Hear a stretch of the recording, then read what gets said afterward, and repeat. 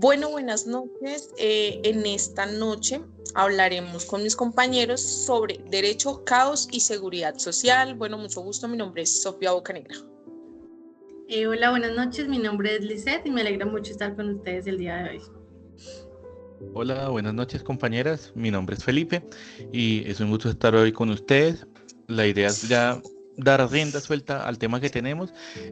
Quisiera poner sobre la mesa un tema interesante que puede parecer obvio, pero que finalmente a través del estudio pues, nos preguntamos qué significa que Colombia sea un Estado social de derecho. ¿Sí? Es decir, una cosa es que está en la Constitución, pero versus cómo se refleja en la realidad del país, ¿sí? De alguien que está esperando su pensión, qué puede significar la seguridad social para esa persona, en donde vemos lo teórico versus lo práctico. Exacto, y es ahí donde está la primera tensión que quiero poner pues sobre la mesa. El Estado Social de Derecho no es un adorno retórico de la Constitución Política de 1991, sino que es un mandato en donde el Estado no solo debe abstenerse de violar derechos, sino que tiene que garantizarlos activamente. Y eso cambia completamente la lógica del derecho laboral y de la seguridad social. Digamos que ya no basta solo con que exista una norma, sino que tiene que haber un aparato institucional que sea capaz de hacerla efectiva. Claro, y es ahí donde empiezan los problemas prácticos, ¿no? Porque entre la norma escrita y su cumplimiento real hay una distancia bastante grande. Y justo ese es el punto de partida hoy, que cómo el derecho colombiano ha intentado cerrar esa distancia, y para eso me gustaría mucho que hablemos de una sentencia muy concreta. No sé ustedes cuál me puedan sugerir.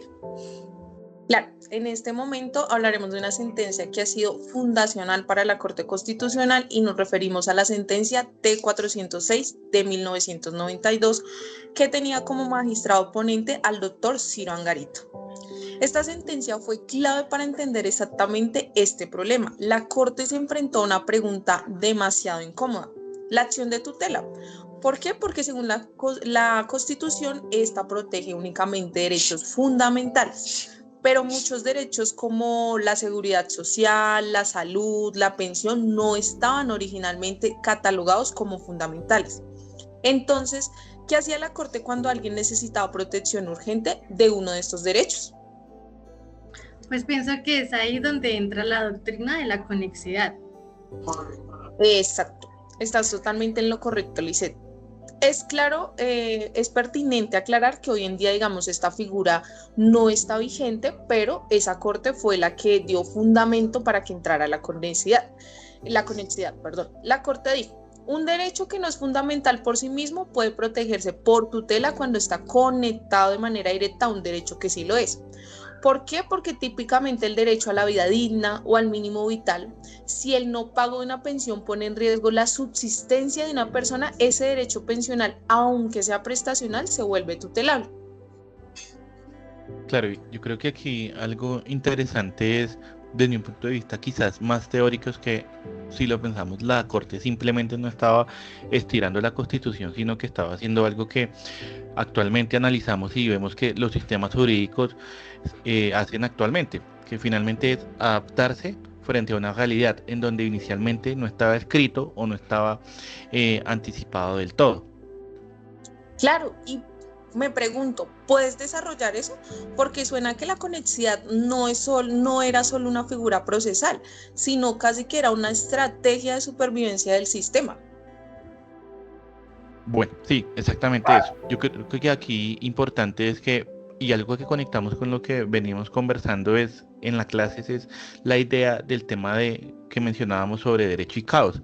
El tema donde Ernesto Grun hablaba de que pues, el derecho es un sistema muy complejo, pero que dentro de ese segmento pues vamos a tener algo que suena contraintuitivo inicialmente, si lo vemos desde un punto de vista normal o práctico, en donde vemos que el caos finalmente puede significar orden, ¿sí? Debido a todos estos subsistemas que tenemos actualmente, por ejemplo, en el derecho, en donde tenemos un desorden, ¿sí? A veces que se producen a nivel normativo o en entornos sociales, pero que finalmente esos subsistemas se van reorganizando y todo va teniendo un sentido. Exacto, y eso encaja perfectamente con lo que decíamos de conexidad, entre comillas, por así decirlo, y es que la realidad social generó un caos. Personas cuya subsistencia dependía de derechos que el diseño original de la tutela no cubría directamente.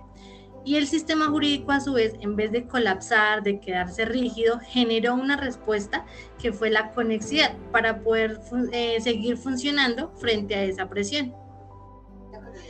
Es un excelente ejemplo, Lisette, de cómo la jurisprudencia constitucional funciona casi como un mecanismo de retroalimentación, ya que la Corte no legisla, pero sí ajusta la interpretación cuando el sistema tal como estaba diseñado no alcanza a proteger lo que la Constitución exige proteger. Pero entonces, si entiendo bien, la conexidad sería un ejemplo concreto de cómo un sistema jurídico aprende o se adapta frente al caos, ¿no, Felipe?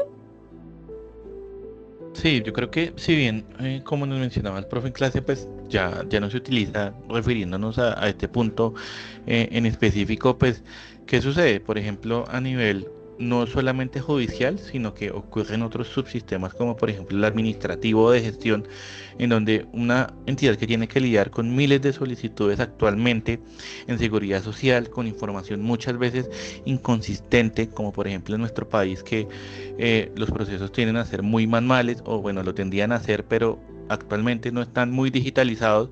Todo depende de cada entidad, en donde tenemos un volumen muy alto y es importante que todos estos sistemas pues generen unas herramientas, ¿sí? Que finalmente den un orden dentro de ese caos.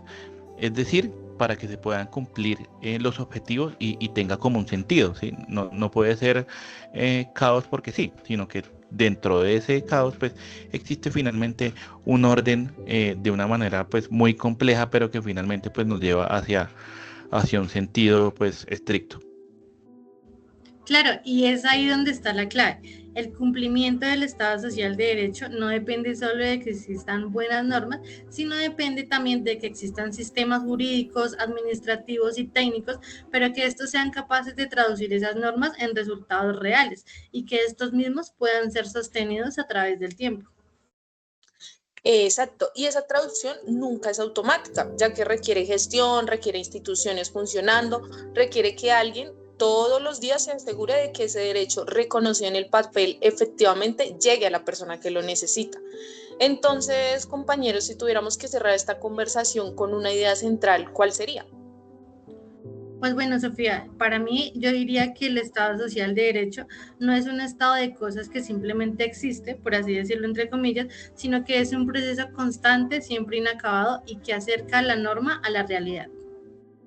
Bueno, yo a lo que tú mencionas le agregaría que la Corte Constitucional con herramientas como la conexidad, que así como lo aclaramos anteriormente, hoy no están vigentes, sí fue uno de los motores de ese proceso, pero no el único. Detrás de cada sentencia hay todo un entramado institucional que tiene que sostener esa protección en el día a día.